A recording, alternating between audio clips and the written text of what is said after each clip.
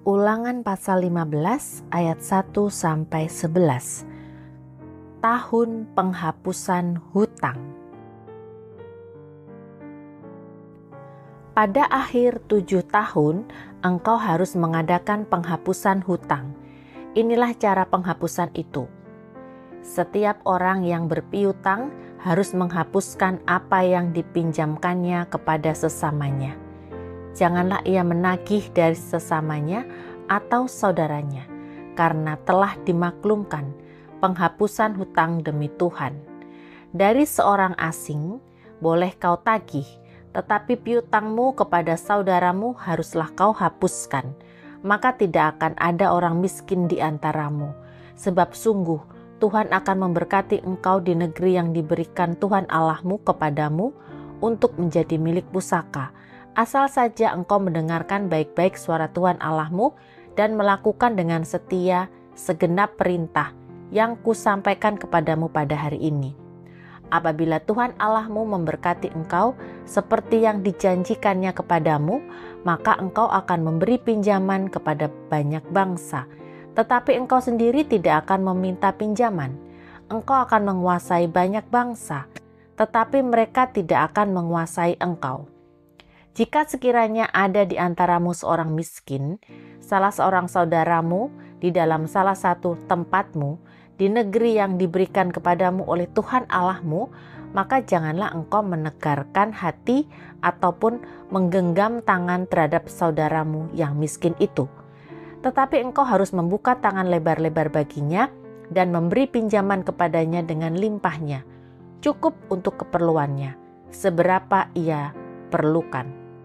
Hati-hatilah, supaya jangan timbul di dalam hatimu pikiran dursila. Demikian, sudah dekat tahun ke-7, tahun penghapusan hutang, dan engkau menjadi kesal terhadap saudaramu yang miskin itu, dan engkau tidak memberikan apa-apa kepadanya. Maka ia berseru kepada Tuhan tentang engkau, dan hal itu menjadi dosa bagimu. Engkau harus memberi kepadanya dengan limpahnya, dan janganlah hatimu berduka cita apabila engkau memberi kepadanya, sebab oleh karena hal itulah Tuhan Allahmu akan memberkati engkau dalam segala pekerjaanmu dan dalam segala usahamu. Sebab orang-orang miskin tidak hentinya akan ada di dalam negeri itu. Itulah sebabnya aku memberi perintah kepadamu demikian. Haruslah engkau membuka tangan lebar-lebar bagi saudaramu yang tertindas dan yang miskin di negerimu. Ayat 12-18. Memerdekakan budak Ibrani. Apabila seorang saudaramu menjual dirinya kepadamu, baik seorang laki-laki Ibrani ataupun seorang perempuan Ibrani, maka ia akan bekerja padamu 6 tahun lamanya. Tetapi pada tahun yang ke-7, engkau harus melepaskan dia sebagai orang merdeka. Dan apabila engkau melepaskan dia sebagai orang merdeka, maka janganlah engkau melepaskan dia dengan tangan hampa. Engkau harus dengan limpahnya memberi bekal kepadanya dari kambing dombamu, dari tempat pengirianmu, dan dari tempat pemerasanmu, sesuai dengan berkat yang diberikan kepadamu oleh Tuhan Allahmu. Haruslah kau berikan kepadanya. Haruslah kau ingat bahwa engkau pun dahulu budak di tanah Mesir, dan engkau ditebus Tuhan Allahmu.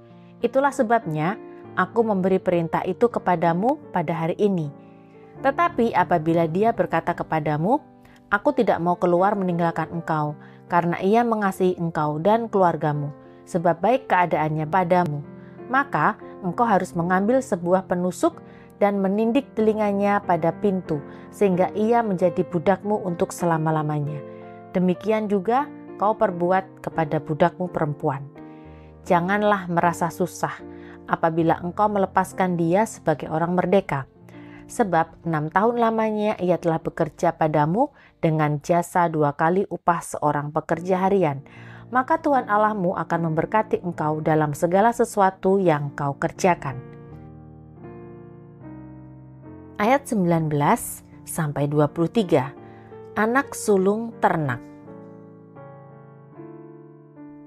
Segala anak sulung jantan yang lahir di antara lembu sapimu dan kambing dombamu haruslah kau kuduskan bagi Tuhan Allahmu.